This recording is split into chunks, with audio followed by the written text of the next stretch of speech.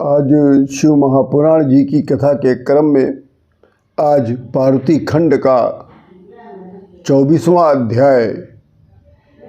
इस अध्याय का नाम है ब्रह्मा विष्णु के आग्रह से शिव का पार्वती के साथ विवाह की स्वीकृति।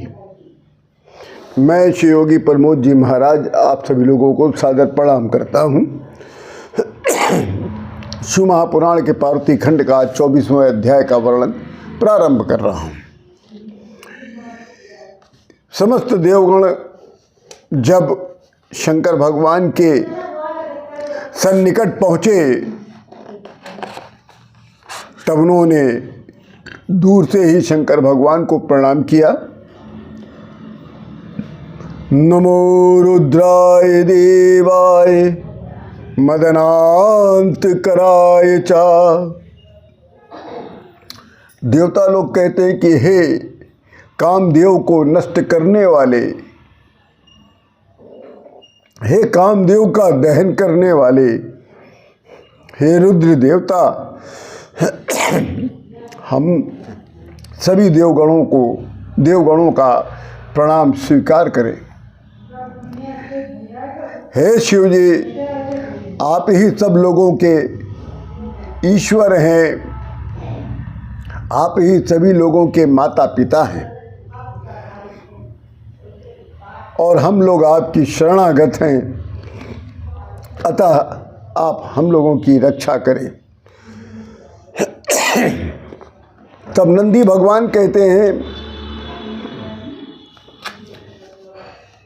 हे शंकर भगवान, ब्रह्मा विष्णु सहित समस्त देवगण दैत्यों से पराभूत और तिरस्कृत होकर आपकी शरण में आए। आपकी दर्शन की लालसा से आए हुए ब्रह्मा विष्णु सहित समस्त देवगण आपकी शरणागत हैं, अतः हे परमेश्वर शिव जी, आप इन लोगों की रक्षा करें। नंदिकेश्वर के बार बार निवेदन करने पर तब शंकर भगवान ने समाधि से अपने नेत्र को धीरे धीरे खोला और जब उन्होंने नेत्र को खोल दिया तो कहते हैं कि हे देवताओं, आप सभी लोग मेरे पास क्यों आए हैं? तब विष्णु भगवान कहते हैं कि हे शंभो, तारकासुर से देवताओं को अत्यंत कष्ट प्राप्त हो रहा है, इस कारण से हम सभी लोग आपसे निवेदन करने आए। हे भगवान, आपके द्वारा जो औरस पुत्र उत्पन्न होगा उसी के द्वारा तारकासुर का वध होगा। हे शिव जी, आप हम सभी देवताओं पर कृपा करें। तारकासुर से अत्यंत महान कष्ट प्राप्त हो रहा है, उसका वध करके हम लोगों का उद्धार करें। अतः आप पार्वती देवी जो आपकी तपस्या कर रही हैं, आपके लिए तपस्या कर रही हैं, आपकी आराधना कर रही हैं, उनकी तपस्या से प्रसन्न होकर उनसे आप पाणी ग्रहण करें। तब शंकर भगवान कहते हैं कि हे विष्णु और हे ब्रह्मा और हे समस्त देवताओं, मेरी बात को बड़े ध्यान से सुनिए। मैं जैसे ही पार्वती देवी को स्वीकार करूंगा, वैसे ही ब्रह्मा विष्णु इंद्र देवगण मुनिगण सभी लोग सकाम हो जाएंगे और पार्वती देवी के से पाणी ग्रहण करते ही पार्वती देवी कामदेव को पुनः जीवित कर देंगी। और हमने जो कामदेव का वध किया है वो आप सभी देवताओं के लिए किया है। कामदेव के न रहने से तपस्या हम लोगों का बहुत ही निर्विघ्न संपूर्ण हो जाएगा। आपकी तपस्या में कोई विघ्न नहीं उत्पन्न होगा। इसीलिए तो हमने कामदेव का वध किया है, क्योंकि कामदेव से ही ध्यान नहीं लगता है, कामदेव के कारण ध्यान नहीं लगता है। क्योंकि काम जो है वो नरक का द्वार है और काम से ही क्रोध उत्पन्न होता है।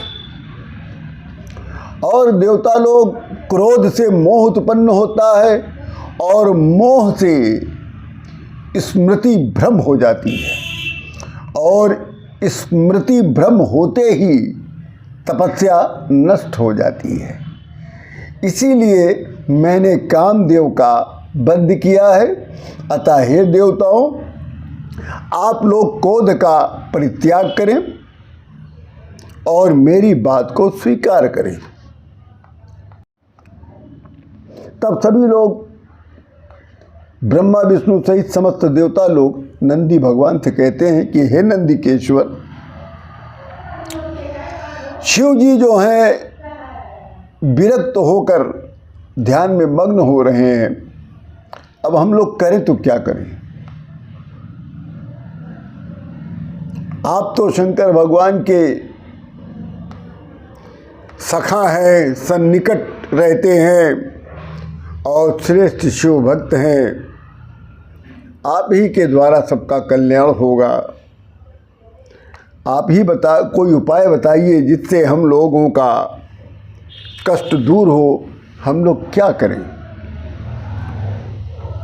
तब नंदी भगवान ने देवताओं के दुखों को, कष्टों का ध्यान करके उन्होंने कहा कि हे देवता लोग, आप लोग चाहते हैं कि शिव जी दार परिग्रहार करें। आप लोग चाहते हैं कि शिव जी पार्वती देवी की तपस्या से प्रसन्न होकर उनके समक्ष प्रकट होकर उनको स्वीकार करें, उनसे पाणी ग्रहण करें। इसके लिए आप लोगों को शिव जी की स्तुति करनी चाहिए, शिव जी की आराधना करनी चाहिए, शिव जी का वंदना करना चाहिए। क्योंकि शंकर भगवान जो हैं वो भक्ति से प्राप्त होते हैं। अतः आप सभी लोग शिव जी की भक्ति में लीन हो जाएं, तभी आप लोगों की कल्याण का प्रकाश दिखाई पड़ेगा। इसी के बाद शंकर भगवान ने पुनः नेत्र खोला और कहा कि हे ब्रह्मा विष्णु और हे समस्त देवगण, जहाँ तक संभव हो सके मनुष्य को विवाह नहीं करना चाहिए।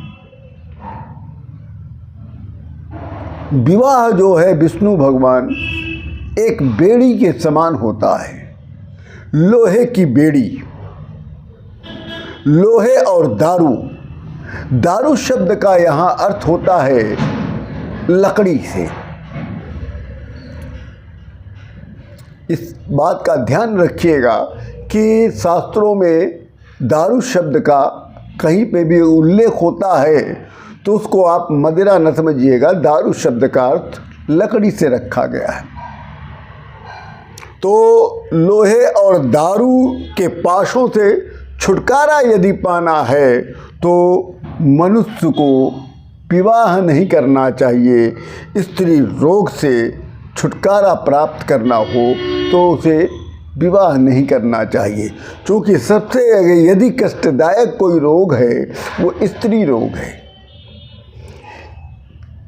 ब्रह्मा विष्णु और समस्त देवगण आप लोग ध्यान दें, स्त्री जो होती है वो विष के समान बताई गई है। मैं जानता हूँ कि तारकासुर से आप लोग बहुत दुखी हैं। तारकासुर के द्वारा आप लोगों को बहुत कष्ट की प्राप्ति हो रही है। उसने आपके समस्त लोगों पर उसने अपना अधिकार जमा लिया है। आप लोग अपने लोक से बाहर हो चुके हैं। अब आप अपने अधिकार से बाहर हो चुके हैं और तारकासुर तीनों लोगों को संचालित भी कर रहा है। मैं सब जानता हूँ। मैं ये भी जानता हूँ कि ब्रह्मा जी के वरदान से मेरे ही औरस पुत्र से तारकासुर का वध होगा। और आप लोग यही चाहते हैं कि मैं इस समय पार्वती देवी को दर्शन देकर उनसे पाणी ग्रहण करूं। यद्यपि मैं विवाह नहीं करना चाहता, परंतु धर्म भी यही कहता है कि लोगों के सुखों के लिए लोगों की बात को मानना चाहिए। इसलिए मैं आप लोगों को सुख देने हेतु मैं विवाह अवश्य करूंगा। और मैं पार्वती देवी की तपस्या से प्रसन्न होकर उनको मैं प्रत्यक्ष दर्शन देकर उनको वरदान भी दूंगा। आप लोग निर्भीक होकर अपने अपने धाम को जाएं। और आप लोगों को मैं वचन देता हूँ कि मैं पार्वती देवी से विवाह अवश्य करूँगा। इसी के साथ ये शिव महापुराण जी के पार्वती खंड का आज 24वां अध्याय पूर्ण होता है। आप सभी लोगों को इसी के साथ मैं प्रणाम कर